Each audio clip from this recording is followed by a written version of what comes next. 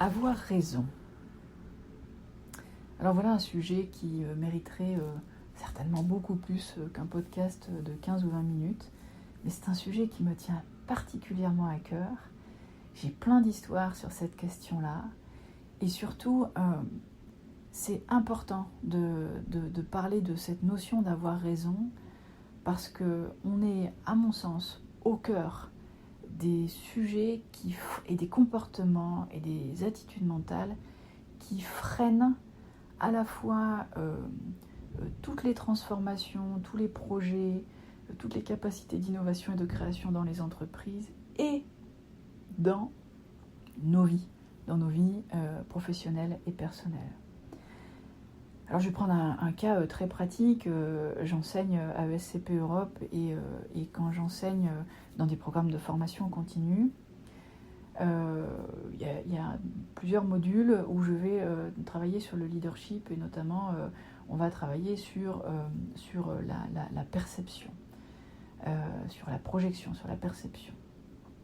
Et il y a quelque chose, une attitude qui me déconcerte toujours totalement, ou qui m'amuse parce que j'aime bien la provoquer, c'est justement quand je pose une question sur une image et que je leur dis voilà, que voyez-vous ? Et je vous promets qu'à la fin de la journée, je vous donnerai la bonne réponse et nous saurons ainsi qui a raison.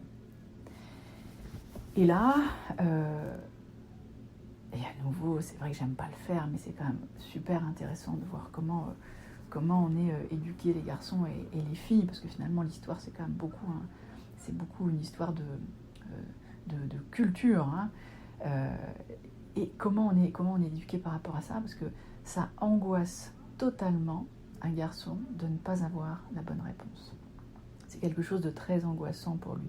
Il n'y a pas que les garçons, bien sûr, il y a plein de filles qui sont très angoissées de ne pas avoir la bonne réponse. Et mon Dieu, je ne vais pas m'exclure du panel. C'est quelque chose qui a été très angoissant pour moi à une certaine époque, qui ne l'est plus du tout aujourd'hui. Et je explique pourquoi.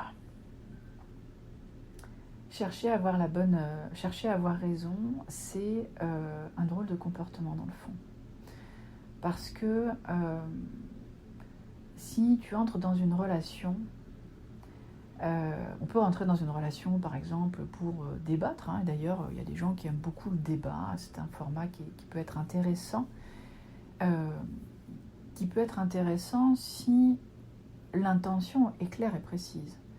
C'est-à-dire que si je rentre en relation avec quelqu'un ou en discussion avec quelqu'un, peu importe si c'est une discussion, si c'est par écrit, si c'est par médias sociaux interposés, ce qui se passe sur les réseaux sociaux, c'est quand même super édifiant. Le nombre de discussions qui ne sont pas des discussions, qui sont juste des élucubrations totalement stériles, où quelqu'un dit quelque chose, l'autre dit autre chose, et que personne ne se rejoint jamais, personne ne s'écoute, personne ne s'entend, et chacun reste bien campé sur ses positions, et j'ai envie de dire, mais vous avez du temps à perdre, hein. Vous avez clairement du temps à perdre, parce que si c'est pour dire quelque chose et ne pas écouter l'autre, alors il faut arrêter de dire que c'est une discussion, c'est pas une discussion, c'est un exposé, c'est pas la même chose. Et après tout, je ne dis pas que, et d'ailleurs je le fais, puisque quand j'écris ou quand je parle, je dis bien ce que je pense, ou ce que je ressens, ou ce que j'ai pu constater, ou ce que j'ai appris, je le partage, et ça te plaît ou ça te plaît pas, et tu as parfaitement le droit de ne pas être d'accord avec moi. Et tu sais quoi ? C'est pas grave, en fait. C'est même ça qui est très intéressant. Et dans les entreprises, c'est un comportement qui est très pernicieux, cette idée-là. Pourquoi ? Parce que chercher à avoir raison, c'est précisément ce qui t'empêche d'évoluer. Chercher à avoir raison, c'est mettre un point à quelque chose, alors que ce qu'on cherche aujourd'hui dans les entreprises, c'est pas des points, c'est des points de suspension, c'est des 2 points, ouvrez les guillemets, c'est, je sais pas, des points d'interrogation, des points d'exclamation, mais certainement pas des points. Parce que quand tu as fini quelque chose, c'est fini, qu'est-ce qu'on fait après ? Et nous, ce qu'on cherche, c'est l'étape d'après, c'est comment je fais pour créer différemment, pour innover, pour faire autre chose, ou faire la même chose mais différemment. Donc, chaque fois que j'ai raison, je m'enferme. Voilà, je m'enferme. C'est tout fermé en fait. C'est tout fermé, c'est bouclé, ok, ça sert à quoi de chercher à avoir raison? Et quelque chose d'autre qui est très déconcertant quand je discute avec des gens, c'est justement les personnes qui fonctionnent comme ça et pour qui c'est très important d'avoir raison, ils vont passer du temps à te convaincre. Et il y a même d'ailleurs des gens qui prennent des cours pour améliorer non pas leur capacité de conviction, mais leur pouvoir de conviction, mais plutôt pour influencer l'autre, pour ramener l'autre à ma pensée. Essayer de greffer ses idées dans sa tête à lui, les idées que j'ai dans la mienne, je veux que tu les aies aussi. Et alors là, je suis déconcertée totalement. Je dis, mais pourquoi? À quoi ça sert d'avoir des gens qui pensent comme moi? Ce que je trouve génial, magnifique, fondamentalement intéressant dans une relation, c'est précisément d'avoir des gens qui ne pensent pas comme moi, qui ne voient pas les choses comme moi. Pourquoi? C'est Léonard de Vinci qui avait cette phrase magnifique. Il disait, écoutez, c'est posséder, outre le sien, le cerveau des autres. Incroyable. Et bien évidemment, si je prends quelqu'un qui est monté exactement comme moi, et je vais pouvoir dire j'ai raison, il va me dire oui, eh bien d'accord, mais c'est fini. Qu'est-ce qu'on a à se raconter ensuite? C'est pas ça le débat, c'est pas ça la discussion. Le débat, la discussion, c'est pas d'avoir raison, c'est pas de conclure sur un j'ai raison. Le vrai débat, la vraie discussion, le truc qui est jouissif dans le fond, c'est justement quand on arrive à rebondir sur une pensée qui est différente, sur un petit détail, sur un petit décalage, sur quelque chose qui va nous emmener un peu plus loin, un peu différemment, un peu plus profondément, un peu ailleurs aussi. Et c'est ça qui est intéressant. Et cette idée d'avoir raison, elle nous piège. C'est un piège de la pensée. C'est quelque chose qui enferme. Au-delà de ça, un parent qui veut avoir raison, c'est un parent qui prive son enfant de la pensée et de sa création. C'est un parent qui se coupe de la relation avec son enfant. C'est aussi un parent qui fait passer le message à son enfant que finalement, à quoi ça sert que lui-même développe sa propre pensée si l'adulte, le parent, c'est lui qui a toutes les bonnes réponses? Et pourquoi chercher à créer ma propre pensée si d'un autre côté, toi, tu me dis que la mienne, c'est la seule qui vaille et donc il suffit que je la copie, point barre. C'est quoi le message qu'on fait passer à nos enfants? Et pardon du parallèle, mais en matière de leadership, c'est exactement la même chose. Et quand on regarde aujourd'hui le type de leader qui émerge et qui est intéressant à suivre, ne sont pas des gens qui ont raison. Parce qu'un leader qui a raison, c'est quelqu'un... Qu'est-ce que je vais faire avec lui finalement? Alors c'est pas un leader, c'est un gourou. C'est un gourou et mon seul job à moi, c'est de me rallier à sa pensée. C'est peut-être un peu ce qui freine nos politiques aujourd'hui, quoi, ou nos institutions. C'est que on n'est pas du tout dans la pensée créative. On est dans la pensée normative, dans la pensée commune, dans la bienséance, dans la bien-pensance. Enfin bref, dans tout ce qui freine l'évolution, la créativité, l'innovation, tout ce qui nous empêche de devenir meilleur, de faire mieux, de penser mieux, de créer autre chose. Et le leader qui est intéressant à observer aujourd'hui, c'est justement celui qui se fout complètement d'avoir raison. C'est pas un sujet pour lui. Il n'a pas besoin d'avoir raison pour avoir confiance. Sa confiance, elle se situe ailleurs. Elle se situe dans il sait qui il est, dans son alignement, dans la précision de son intention. Pourquoi je fais ce que je fais et comment je le fais et est-ce que tout ça est bien aligné à la fois dans ma pensée, dans mon intention, dans mes paroles et dans mes actes. C'est ça qui va intéresser, qui va fonder la confiance du leader aujourd'hui. Le leader confiant, c'est pas quelqu'un qui cherche toujours à avoir raison. Avoir raison, celui qui cherche toujours à avoir raison, c'est au contraire quelqu'un qui fait passer un signe d'impuissance. Puisque quelqu'un qui cherche à avoir raison, dans le fond, c'est quelqu'un qui vit de façon très conditionnelle. Il a besoin de l'approbation de l'autre, il a besoin, et souvent de la fausse approbation de l'autre, pour pouvoir se sentir, se sentir chef. Mais ça ne marche pas comme ça. Et d'ailleurs, quand on observe, j'aime bien observer des comités de direction, des groupes de gouvernants fonctionner, parce que c'est extrêmement révélateur de la maturité du fonctionnement de ce groupe, de sa maturité en termes de relations humaines, et ça en dit énormément évidemment sur sa capacité à créer, à se recréer, et sa capacité à diriger en termes de performance, de direction véritablement. Et finalement, quand dans un groupe, tu vois que personne n'ose contester, n'ose réagir, n'ose contredire, n'ose penser différemment, mais alors là c'est terrible, c'est la misère. Oserais-je dire que c'est la fin? C'est la fin, F-I-N, mais aussi la fin F-A-I-M, parce qu'on ne peut pas se satisfaire d'une pensée qui a raison. C'est une pensée stérile par essence. Aussitôt qu'on est arrivé à ce point, eh ben, on empêche le reste d'émerger. Et là, donc, oui, c'est difficile. J'aime bien raconter cette histoire d'une fois comme ça où je travaillais avec mon équipe, on travaillait sur la construction d'un événement et comment on fait pour construire nos événements, toujours de la même façon. Alors on utilise la méthode des 4 temps, hein, c'est-à-dire qu'on est toujours très précis sur pourquoi on fait cet événement-là, voilà, pourquoi et pour qui bien sûr, hein, parce que c'est pas pourquoi en l'air, hein, souvent c'est le pourquoi, il est lié à des gens, donc quel est le public et quelle est notre intention par rapport à ce public. Ensuite, deuxième temps, on travaille sur le format, quel est le meilleur format qui va servir notre intention. Ensuite seulement on travaille sur le contenu, sur l'intérieur, voilà, sur la matière, et puis on est très précautionneux aussi sur le 4e temps, sur juste après l'événement, alors comment ça s'est passé, qu'est-ce qu'on a voulu faire, comment ça s'est passé, qu'est-ce qu'on a appris, qu'est-ce que ça nous a dit, donc, et bien sûr les enquêtes de satisfaction, le verbatim de nos clients, est-ce que nos objectifs ont été atteints, est-ce que notre intention a été servie, donc voilà, on utilise vraiment cette boucle des 4 temps pour travailler sur chacun de nos événements, et là donc on sortait d'un événement, on travaillait le 4e temps, et le 4e temps, hein, tu l'as bien compris, il prépare le premier. C'est-à-dire le 4e temps, il est très fécond de ce qu'on va faire dans le premier temps, et qui va nous permettre de préparer l'édition suivante. Et nous voilà en train de préparer l'édition de l'année suivante, et tout de suite ça mouline, et j'ai des idées très arrêtées, voilà, et je pense que j'ai raison, parce que je suis passionnée par ce que je fais, et voilà, je pense que j'ai raison, donc je dis on va faire ça, bim, bim, bim, bim, bim, bim.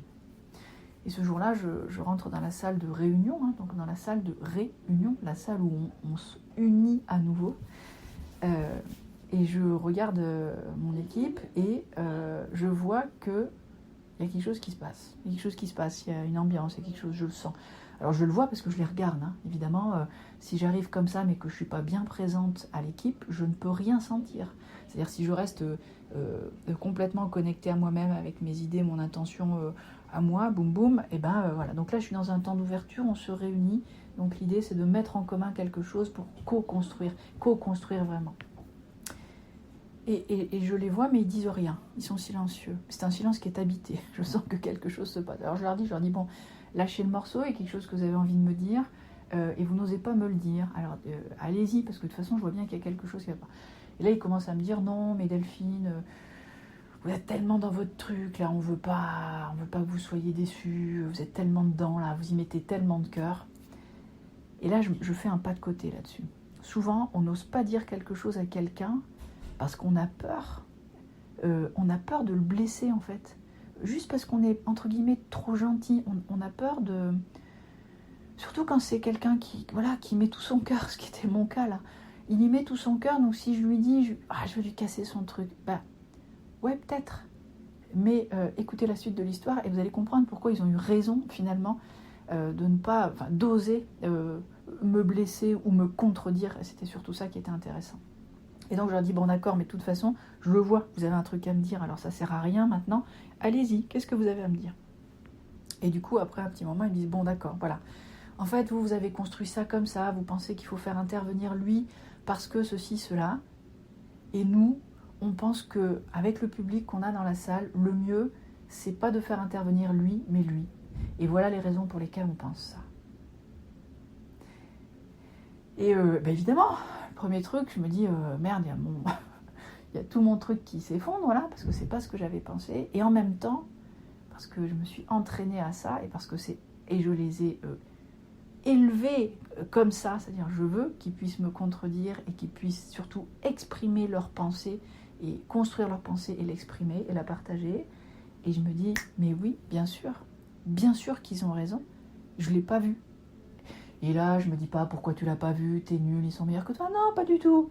Je me dis juste, je l'ai pas vu, factuel. Et je me dis, eux, super, ils l'ont vu, merci. Et la troisième étape, je leur dis, mais merci. Merci de l'avoir pensé, bravo. Et merci de me le dire. Merci de me faire la confiance, de me dire que vous n'êtes pas d'accord avec moi. Et vous savez quoi, votre idée, elle est meilleure. Elle est bien meilleure que la mienne. Et vous savez quoi, je me fous d'avoir raison. Ça n'est pas important pour moi. Ce qui est important, c'est que notre intention commune, qui est de satisfaire nos clients, elle soit servie. Et que nos clients y soient très bien servis et très satisfaits à la fin de cet événement. Donc, merci, bless you, mon équipe. Et cet exemple, il est très joli et tu comprends pourquoi, très joli de plein de points de vue. Et je pourrais te raconter plein d'histoires qui me sont arrivées avec mes équipes, avec mes enfants et dans la vie tout court aussi, où tu dis quelque chose, tu penses que tu as raison et l'autre te dit autre chose. Et plutôt que de penser qu'il te dit quelque chose pour avoir raison, et d'ailleurs peu importe que ce soit pour ça ou pas, si son message à lui il te fait avancer, s'il te fait évoluer, non pas pour te rallier à un mode de pensée commun, c'est pas ça qu'on cherche, mais plutôt s'il enrichit ta pensée à toi, alors c'est une bénédiction. Et pour cela, il nous faut donc renoncer à avoir raison, ce qui n'a aucune importance. Ce qu'il faut chercher peut-être, c'est à se poser toujours cette seule vraie bonne question. C'est là maintenant, quand je suis dans cette situation d'interaction avec, peu importe, avec mes enfants, avec mon équipe, avec un ami, avec mon conjoint, est-ce que là maintenant, je suis en train de chercher à avoir raison ? Ou bien est-ce que je suis en train de chercher à atteindre mon objectif ? Quelle était mon intention quand je suis entrée dans cette relation ? Et est-ce que je suis bien dans cette intention ? Et tu remarqueras que chaque fois que tu rentres dans une relation avec pour intention d'avoir raison, tu ressors de cette relation complètement tout seul. C'est bien, tu as raison. Peut-être qu'il t'a dit oui, peut-être que tu as eu le dernier mot. À quoi ça sert d'avoir le dernier mot ? C'est quoi l'idée ? Mais tu es tout seul. Et souvent l'intention, elle est très simple. L'intention, c'est de discuter joyeusement avec quelqu'un, c'est de s'enrichir, c'est de co-construire quelque chose, ou c'est tout simplement de faire plaisir. Le nombre de fois où tu veux faire plaisir à quelqu'un, et en fait, à un moment donné, tu dérapes et tu prends la voie de « j'ai raison » au lieu de prendre la voie de « je veux lui faire plaisir, comment je m'y prends ?» et de « stick with your intention », rester collé de façon obsessionnelle, de persister, de rester collé à cette intention et de ne pas te laisser embarquer par cette espèce de comportement complètement fou qui consiste à chercher à avoir raison plutôt que de chercher à atteindre son objectif ou à atteindre son intention, à être aligné avec son intention. J'avais juste envie de partager ça avec toi. Donc à la fin de mes classes, quand évidemment je ne dis pas quelle était la bonne réponse dans le cours, et il y a toujours un élève qui vient me dire « Mais Delphine, finalement c'était quoi la bonne réponse ?» Et là c'est un peu le coup de grâce, quand, et je suis pas très gentille quand je fais ça, mais quand je leur dis bien sûr, tu vois bien qu'il n'y a pas de bonne réponse. Il n'y a pas de bonne réponse. Il faut juste accepter la relativité, la contextualisation. Et est-ce que dans le fond, c'est important d'avoir la bonne réponse ou pas ? Qu'est-ce qui est important pour toi ? Est-ce que c'est d'avoir la bonne réponse ou est-ce que c'est d'évoluer ? Est-ce que c'est d'avoir raison ou est-ce que c'est de rester vivant, de ne pas mettre un point, mais plutôt de vivre avec des points de suspension, des points d'interrogation, des points d'exclamation, des 2 points, ouvrez les guillemets. Et je vais te laisser répondre à cette question et te souhaiter une excellente journée. Ciao, ciao.